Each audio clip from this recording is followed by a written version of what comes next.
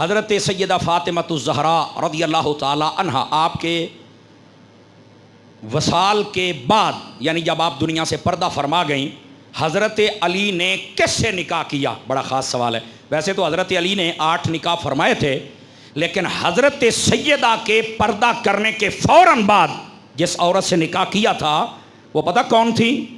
بڑی خاص بات ہے، وہ حضرت سیدنا صدیق اکبر کی بیوی تھی۔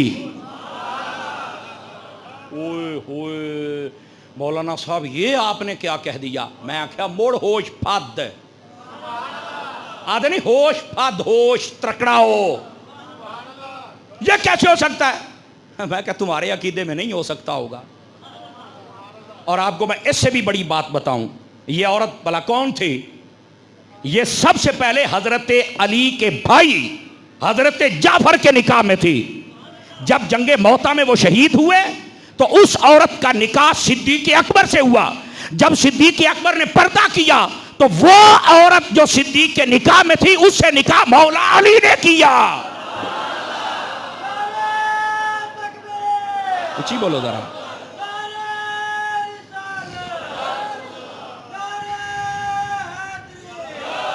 توجہ ہے؟ توجہ ہے؟ 2-4 بندیاں دا رنگ فاق ہو گیا، خیر تو ہی نے کوڑیاں گلاں تے لوگ بول دیں، سچیاں تے بول، میں ذمہ داری دے نال بیان کر رہے ہیں جناب۔ اور پھر اگلی بات بھی بتاؤں، یہاں ایک اور بڑا عجیب اور لطیف نکتہ ہے۔ حضرت سیدہ خاتون جنت نے مولا علی سے پتہ کیا کہا تھا؟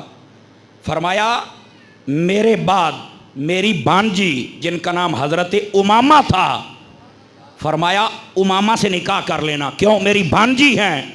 یہ دا مطلب ہے سیدہ کی بہن ہے تبھی تو بانجی ہے۔